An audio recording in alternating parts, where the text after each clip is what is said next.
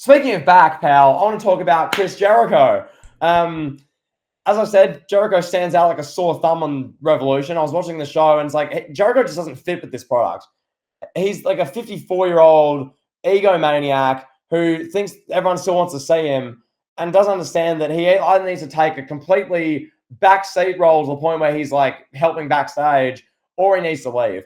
That's where we're at with Chris Jericho in 2024. He had his moment in 2019, early 2020. We've discussed this. Everyone was like, Jericho is one of the greatest ever. Oh my God. Mount Rushmore. Oh my God. He reinvents himself, pal. He had the list 4 years ago. He gave Kevin Owens a birthday cake, pal, and then a painting. Oh my God. Jericho and Shawn Michaels in 2008 had a great feud. Yeah, we know. So there was all that. Now he's just out there. He stands out like a sore thumb, Kevin. I'll ask you this. Should Chris Jericho just retire? Wow. Look, Jericho is probably the most complicated person aside from Vince McMahon for me to discuss right now in 2024. I just don't know what to do with Chris Jericho. I don't know. Like, is he top 15 all time? Yeah. Is he one of the greatest of all time? Yeah. Do I care to see him wrestle in 2024? So, the way you word that is like, I don't know what to do with him. It's like you're his parent, and he's like some misbehaving child. You're like, look, I don't know what to do with him in 2024. Like, you know, he was good, but now I don't know what to do with him. But I have no idea. Like, what do you do with this guy now? Like, he's in this. I'm gonna just bluntly describe what match he's in. He's in an all-star scramble match where the winner receives a future AEW World Championship match. Like, I think he was added last minute. I'm pretty sure going into the show, everybody's like, oh my God, Jericho's off the show. No more Jericho.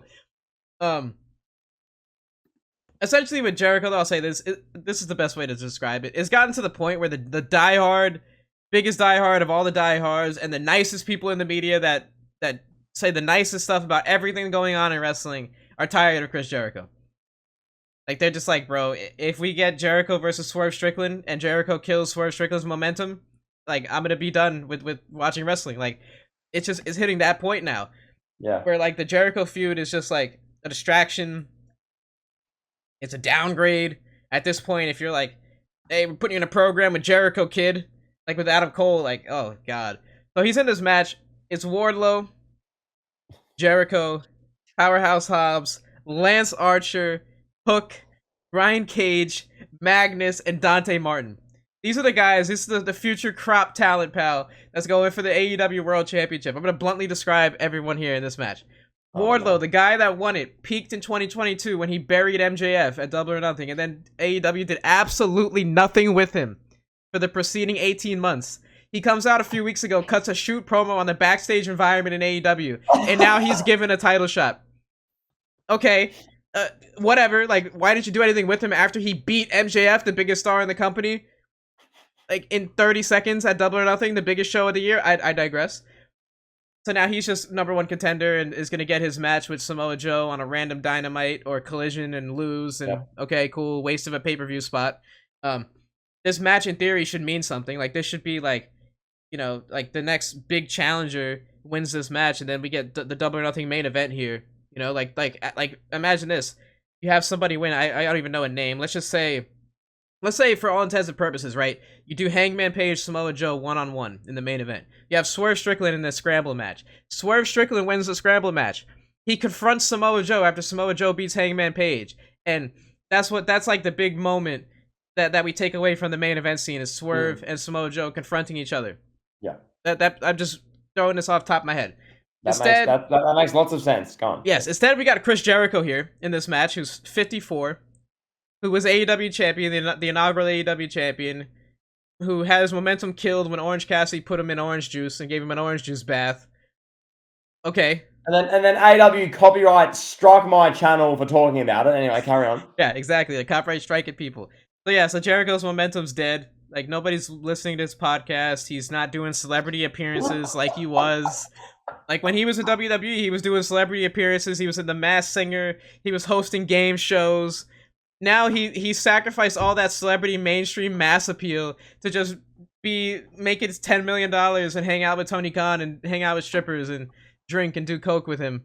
Like, he's doing nothing of importance or relevancy since he went to AEW. He can't lead a company. He's not a big enough star. He needs the WWE machine, pal. Then Powerhouse Hobbs, a guy that everybody wanted to see him be a main eventer in 2021. The time is gone, come and gone with him. Nobody cares now. He's not taken serious as a legitimate threat. Just get him to WWE already. I'm sick of it. Get him in WWE. Have him feud with Lashley. Put him on. Like, just get on with it. Yeah. You know? Then you've got like a 50-year-old Lance Archer who's done nothing of relevancy since like wrestling Cody in empty arenas. With Jake Roberts here, who sounds like a smoker. Like, then you've got Hook, who's like a legitimate like rising star, top talent, just here for no reason. Like, here it's Hook, pal. Taz's son. There you go. Brian Cage, one of the the early disgruntled guy. He was probably the first guy that was disgruntled in AEW. It's like, I hate the booking. I hate it here. The backstage sucks. He's here because why not? And he has Prince Nana with him because why not? Magnus, I don't even know who Magnus is. Who the hell is Magnus? Magnus, pal. He's a Mexican wrestler, pal. He's a reality TV star, pal. And then, yeah, Dante Martin. I don't know who Dante Martin is either. Yeah, he's from Top Flight. Yeah, from Top Flight, yeah. So Dante Martin's here, whatever, member of Top Flight. And, yeah, the match was good. It was great. 4.5 star. Good in-ring match, but, like... Meh, you know. Yeah. A match, whatever. The way you described Jericho. No one listens to his podcast. That's so good. All right, I just want to ask one more thing about AEW before we move on. Kevin, we touched on the Sting, so I'm not going to go in depth on Sting for now, but I need to address this. You've been hard on the Young Bucks for a long period of time, and it leads me to say this. Now that the Young Bucks, Kevin, actually have a character, for once, they have an easily identifiable thing. I could tell you what the Young Bucks are trying to do on television for the first time in years. So there's that.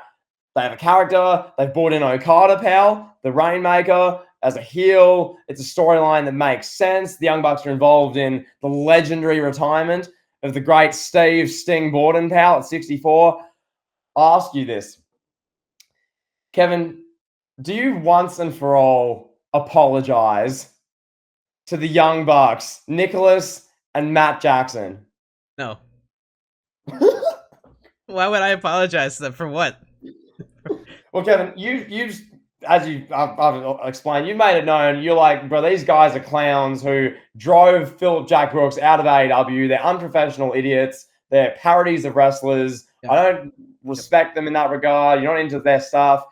You made comments like that, which, I mean, none of it's wrong, to be fair, but do you apologize now they're actually doing something that's half decent? How could their characters be taken serious at all when they refuse to shake CM Punk's hand and do business? How are we supposed to believe that they're like these credible EVPs that people are scared of and have all this like this cachet within the roster? Like, we're supposed to believe that when they didn't want to shake CM Punk's hand and do business? Like, okay, no, I don't believe their characters. I see through them. They were too scared of CM Punk. Yeah. Too scared of FTR to do the job for them in a tag team match, in a one-on-one, legitimately built, credible tag team match. So yeah, I'm not gonna apologize to them. They're still they're all they do is contribute to the negative bottom line in AEW. They're contributing to Tony Khan's debt. They don't make that company money. They're cold as hell.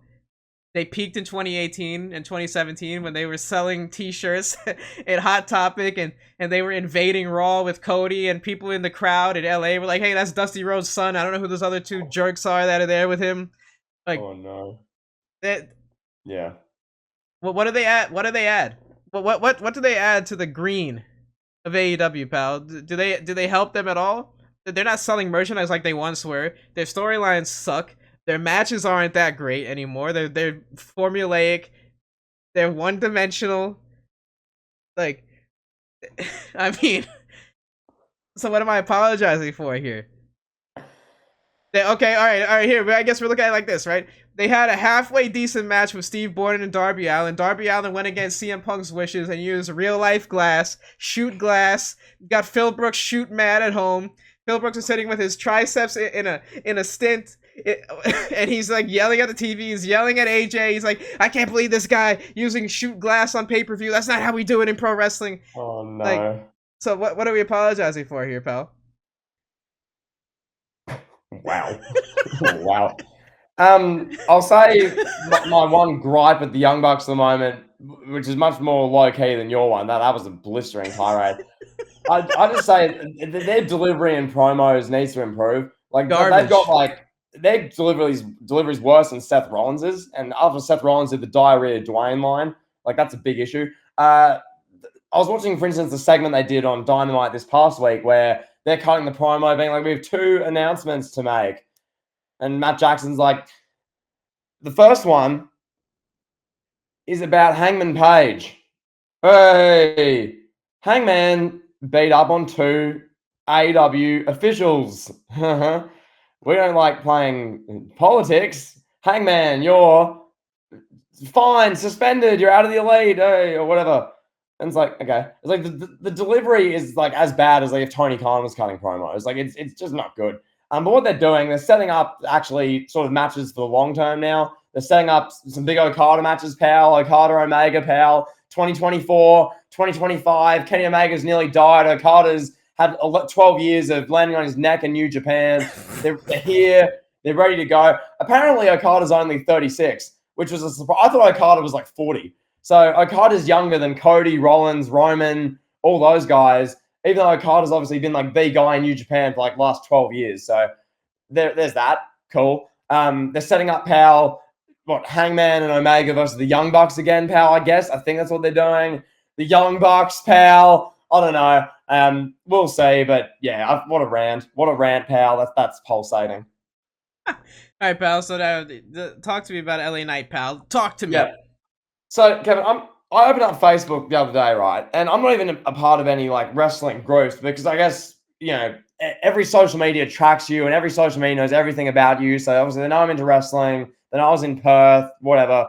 I get a thing recommended to me from this, like in the group Wrestling World. It's an opinion piece on LA Knight. And I found it interesting. It's strongly worded. It's a bit divisive, which I like. I like people who have opinions on things. I don't like people who just toe the line and go with the crowd on absolutely everything. So I read this and I thought it was interesting. So, Kevin, I'm just going to read you.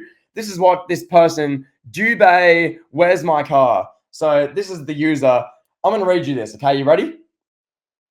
I said, are you ready? Dun, dun. Cool. That's what I thought.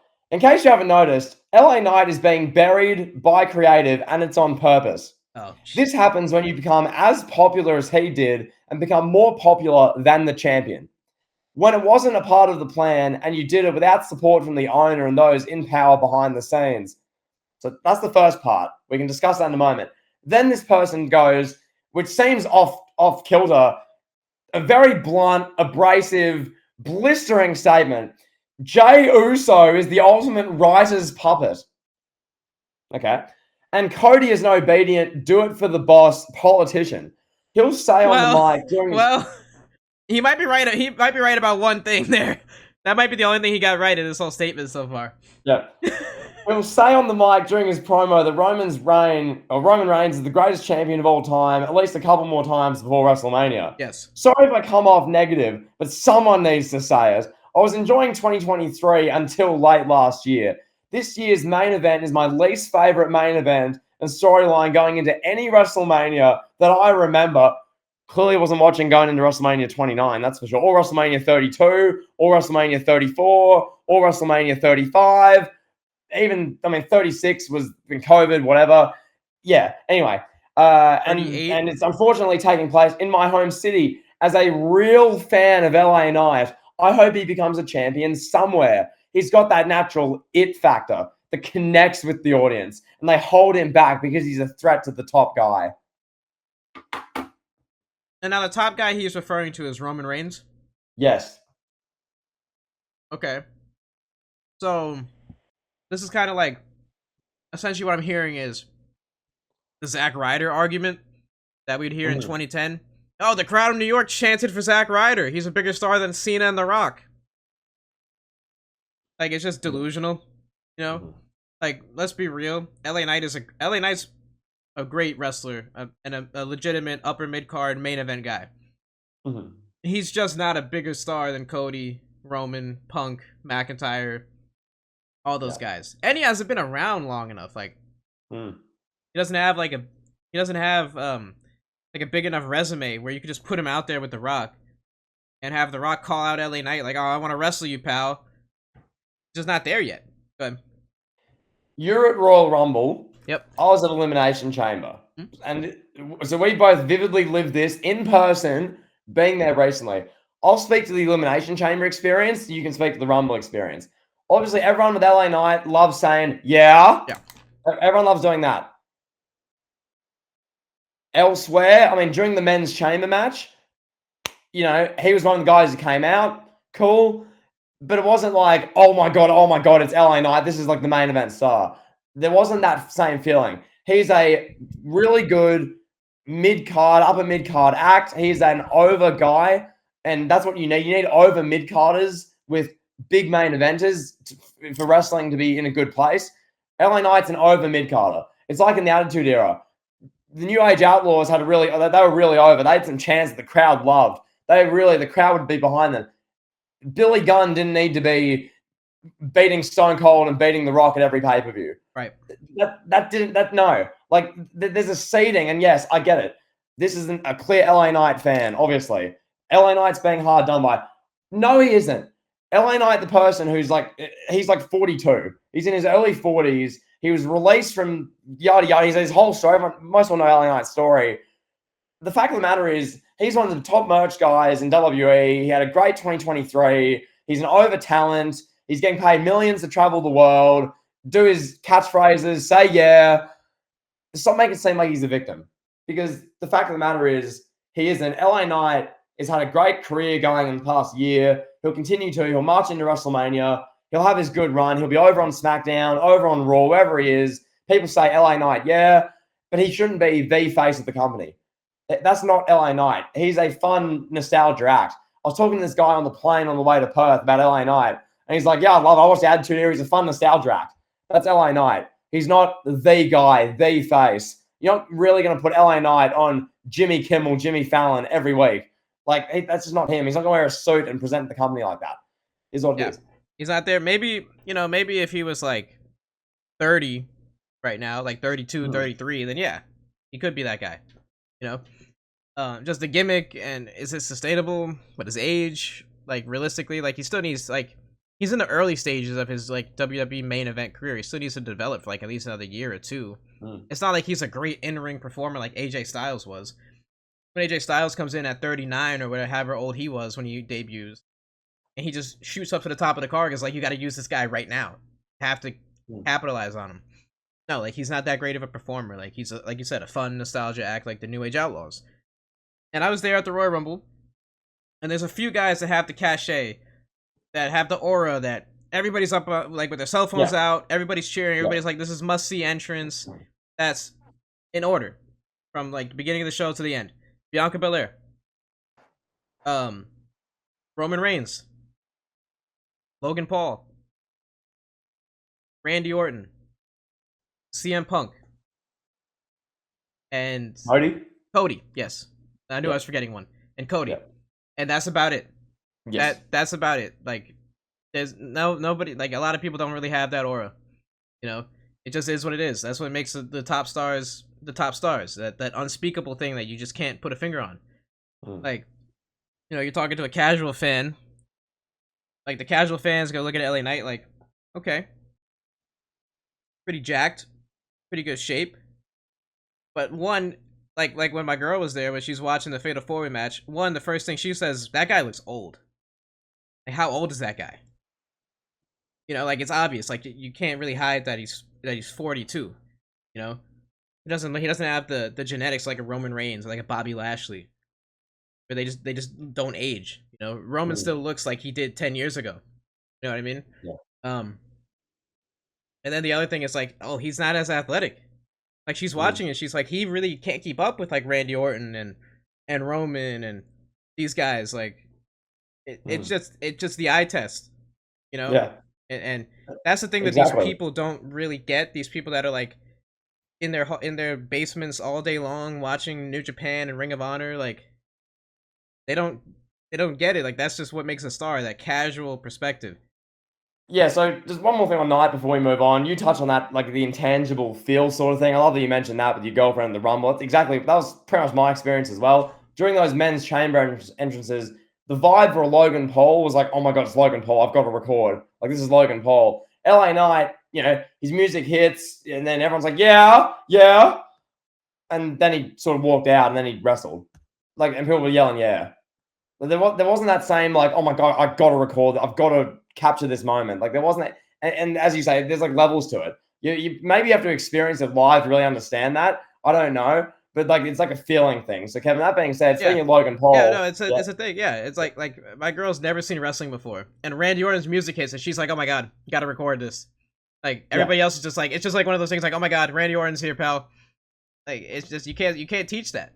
There's no way for me to put that into someone else. It's just you either have it or you don't.